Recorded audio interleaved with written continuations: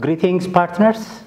I'll be presenting the peace thematic area of KOICA. My name is Getahun Warko, Assistant Manager and Legal Advisor.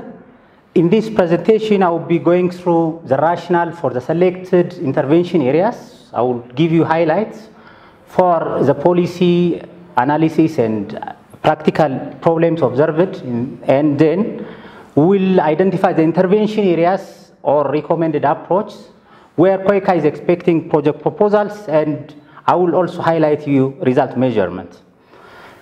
First, let me give you what are the basic directions for our country plan on peace. Four issues have been considered in this basic direction. The first, KOICA is focusing for its country plan on peace on protracted crisis of forced displacement. So we'll be focusing to support and protect refugees, returnees, and IDPs.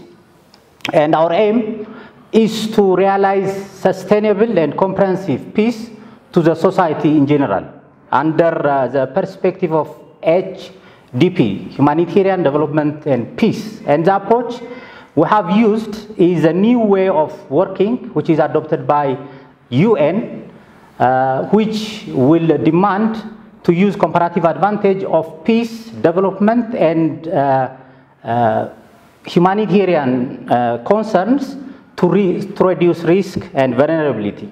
And the World Humanitarian Summit and the SDGs have also been considered. Let me highlight you the Ethiopian context. As we all know, the recent reality in Ethiopia is characterized by internal displacement.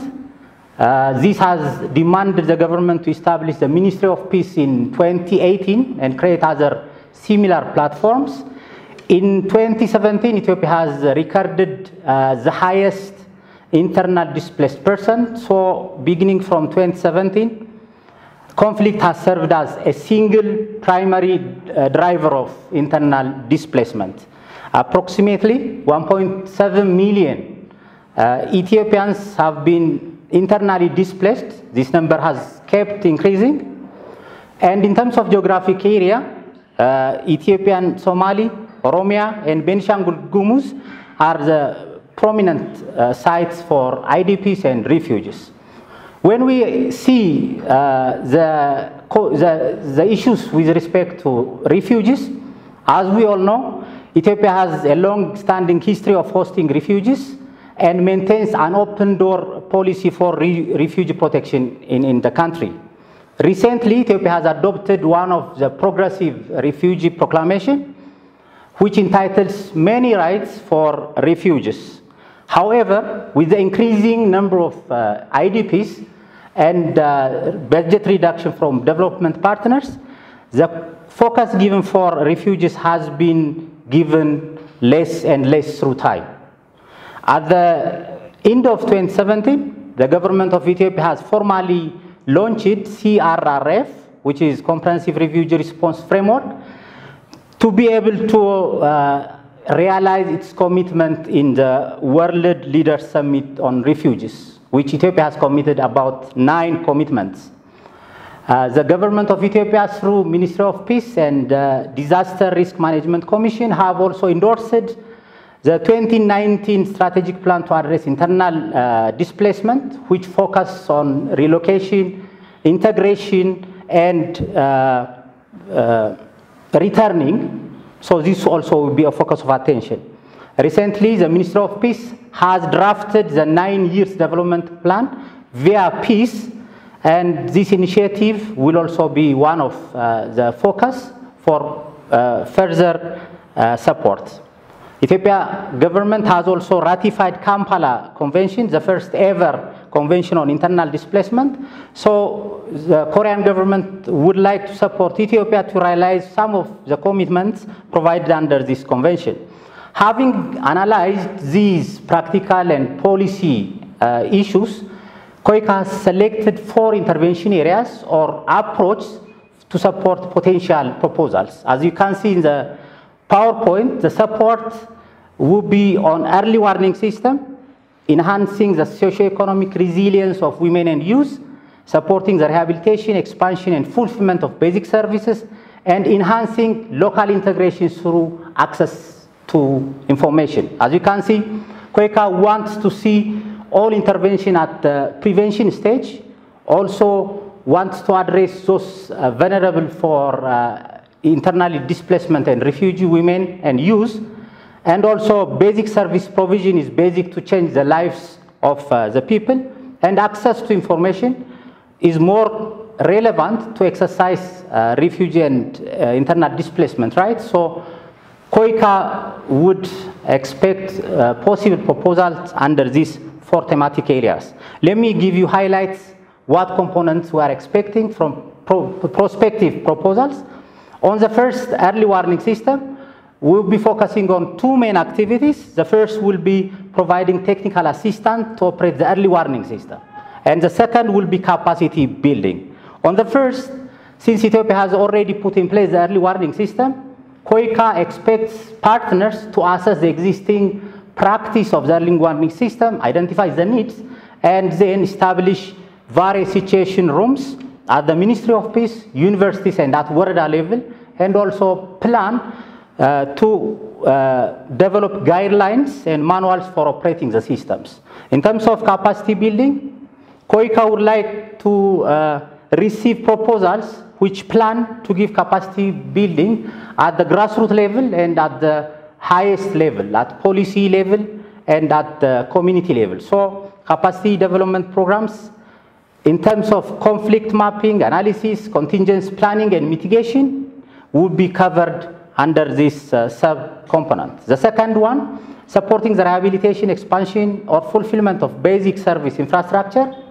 COICA wouldn't support every aspect, but from its background and history, it will be focusing on 2 main components. The first will be food and nutrition, and the second will be on education. In this regard, we'll be working with international and local partners who will provide food and nutrition for IDPs and refugees. And in terms of education, we'll be developing basic education infrastructure, capacity building for teachers, and also some basic language and cultural education will support IDPs and refugees for integration. The third component, focusing on women and youth, will have 3 main sub-components.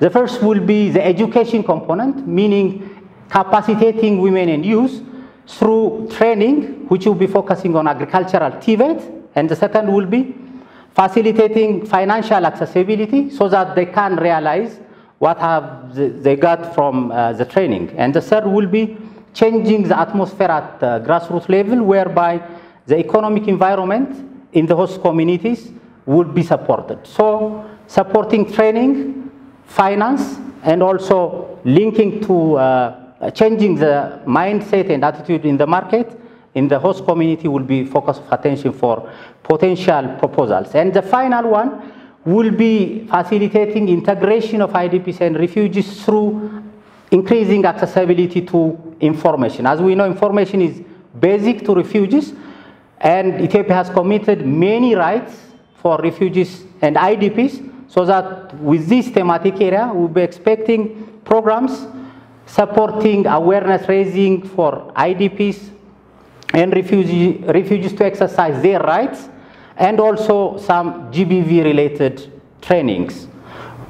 And in terms of result measurements, we have put in our country plan some indicative output and outcome indicators, which are illustrative, which are not exhaustive, so that we can develop our projects having this into consideration. In terms of the first component, prevention or peace building component, we'll be expecting SDG 151 to be a focus of attention.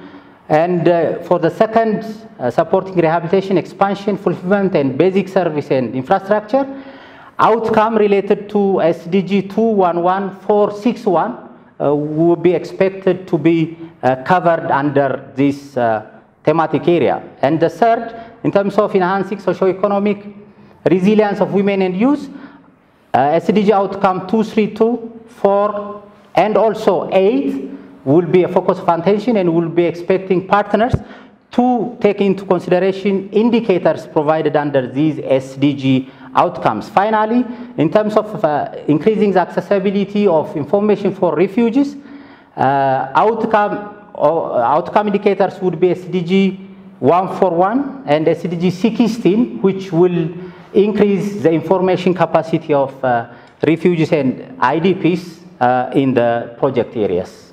Thank you.